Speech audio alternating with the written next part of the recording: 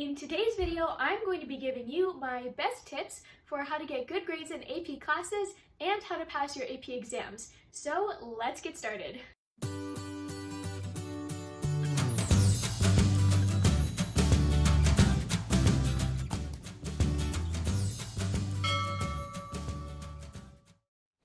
Only take what you can handle.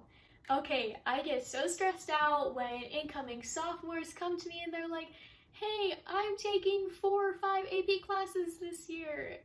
Do you have any tips for me? And I go, oh, like, why did you do that? What I did is I did a little progression of AP classes. So my sophomore year, I decided to take AP Physics and AP World History. I totally could have taken AP Stats or AP Psychology or AP Computer Science. I could have taken all AP classes, but I didn't because I knew full well that I wanted a little trial run of AP classes before I moved on to other stuff. And that was the best decision I could have ever made because I had kind of a tough time in sophomore year. And in junior year and senior year, I decided to step it up and take more AP classes because I knew I could handle them.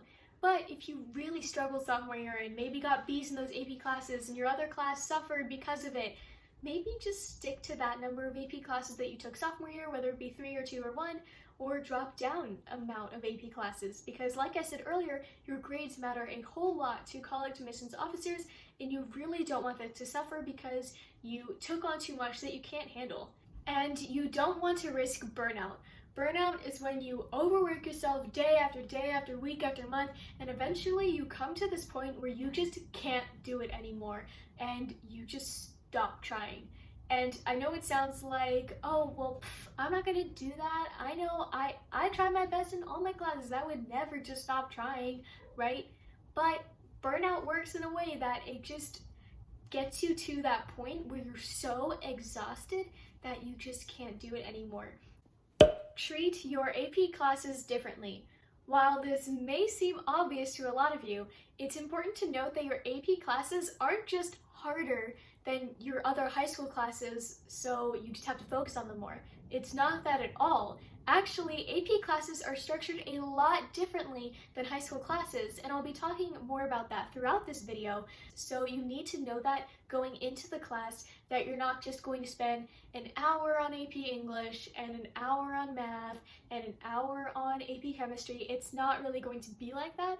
It's different for different classes, and that's what I'm going to elaborate on throughout this video. And you might be asking, why are AP classes structured differently in general? Why can't they just be like high school classes but a lot harder?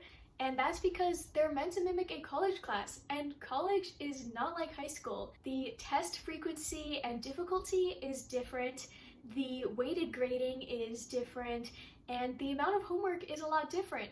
And the whole flexibility of the class in general is very different from the classes you normally experience in high school. Study what you don't know. Okay, don't click off this video just because I said something kind of obvious. I promise I have valuable information in this part that you'll want to keep on watching. So there are 3 pretty basic categories of what you know and don't know. So the first is you don't know it at all. It's you don't know it at all, okay? The second one is you kind of know what it is, but you're a little confused on certain parts of the topic. And then the third one is like you're pretty good. You pretty much know what you're talking about, and you'll be pretty fine if someone gave you a quiz on that right now. Okay, so category 1. If you are like this in a topic, you'll want to study that topic over a longer period of time before the test. If, say, the test is in 3 weeks. You want to study that over the 3 weeks so that the information actually gets into your head and you practice it over and over again so that you actually are able to learn it pretty well by the time the test comes around. And if one topic is a category 2, and if you kind of know but you're a little confused on certain parts, then you'll want to save that studying for a little bit before the test, like maybe 3 days or so before the test, 2 days, whatever. Because you kind of know most of it, but you just have to review certain parts and get those parts fresh in your mind, and they'll be right there when you go to take the test. So it's okay to put those parts off. And then number 3, the stuff you pretty much know pretty well. Someone can give you a quiz on it right now and you do okay. Don't study that. I know it can feel so good to have your notes and be looking, be like, yes, I know that, yes, I know that, yup, solid. No, don't do that. It's not helpful. I know it can help your pride and your self-confidence and all this stuff to know certain information, but it's not going to help you on the test. If you know it, don't study it. Pay attention to how grades are weighted. If you don't really know what weighted grades are or why they are important, make sure you stay tuned for this part of the video because I'm going to break that right down for you. So in your regular high school class, you're probably used to the grades looking something like this. You get 15 points for each of your homework assignments, 25 points for each of your quizzes, and 100 points for your tests and stuff like that, right? So theoretically, if you get like a not so good grade on the test, then you can kind of make that up with your homework and your quizzes, right? And that's great in a regular high school class. In AP classes, this is not how it works. You cannot make up for your test grade with a homework grade and vice versa. In AP classes, the grades are weighted, which means each type of category of assignment counts for different percentages of your grade. I know this is a lot to take in, but it's actually not too hard to understand once it's all broken down. If your homework is only worth 5 to 10% of your grade, homework doesn't really matter to your grade. You can still get an A with doing 0% of the homework. I'm not saying don't do your homework, I'm just saying that the homework doesn't really count for your grade, so you only really have to do the homework that's necessary for you to succeed on the quizzes, tests, and projects that really matter to your grade. So this is why it's really important to look at this stuff. But the homework in a different class, such as math, which likes you to show your work on your homework, stuff like that, the homework could be worth 25% of your grade, which is a lot different than maybe your English class or your history class, something like that. And then if you don't do your homework there, you could end up with a C. Self-study if necessary. I know throughout high school we're kind of just used to everything being given to us, and we're able to do pretty well. If we do all the homework, we'll do all on the tests, and that's just kind of how it works. But if you've researched what the AP test is like and you're like, we have not done that in this class and I don't know how I'm gonna pass this AP exam because we haven't done this in the class, then that's your cue to get a self-study book and do it. I recommend the books by Princeton because they are very good for the AP exams, and the College Board has their own books, but I really like the Princeton ones, and I know a lot of my friends like those ones too. And you really have to take things into your own hands and do what you can to pass your exam. Figure out which classes give you credit. So this wasn't a big problem for me, but for a few of my friends in high school, they took a lot of AP classes and passed most, if not all, of their AP exams, and then they figured out that a few of those actually didn't count for any college credit because their college didn't accept those exams. And they were devastated that they worked so hard for it to basically mean nothing. So you really have to do your research, even if you don't know what college you're going to yet. Let's say you're not the strongest in math, right? But you managed to get into Calculus AB, right? And that AP class has an AP exam, and say the school that you want to go to only accepts that AP exam if you get a 5. And you're like, well, I really don't think I'm going to get a 5. That AP exam might not be worth it for you to take. Writing is not just for English. Really, you can pass a lot of different AP exams if you have good writing skills, even if you don't know that much about the topic. So for history, for example, I didn't take any English exams because I'm not the best in English and in writing, but I took the history exams because I really wanted college credit for those and just to get out of history. So I took those, but I'm not exactly the best writer, and I had to work really, really hard in those classes to get my writing skills up to par for the AP exams. So just know that even if you aren't taking English exams, that writing skills are crucial to passing any AP exam, maybe except for math. Get used to time limits.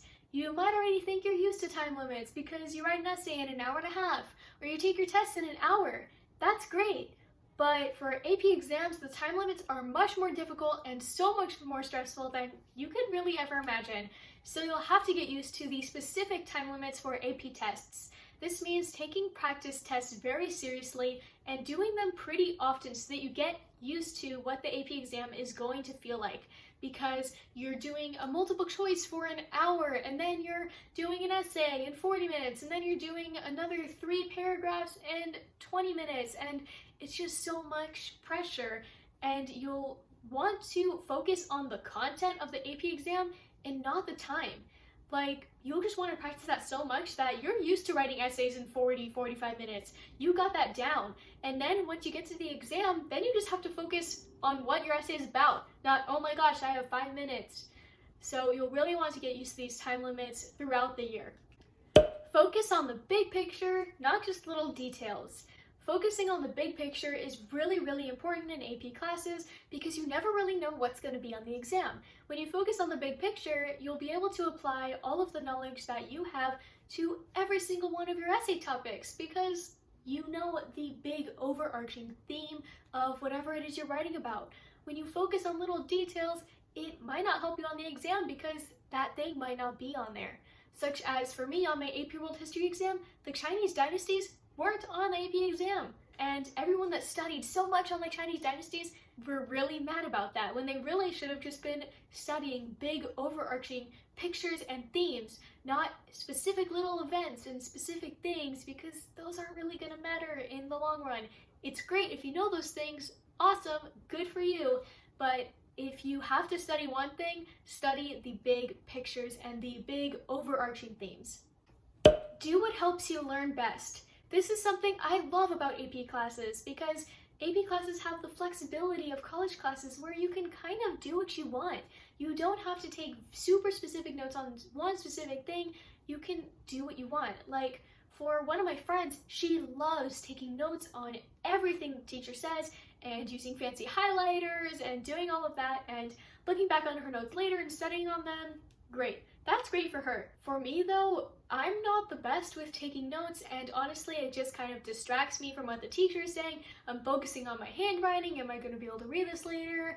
And I'm not really focusing on all of what the teacher's saying. So for me personally, I prefer to really listen to every word the teacher says, and I participate in class, and I raise my hand and ask questions and answer them, and I'm always the first volunteer to go up and do something on the board because that's what helps me learn.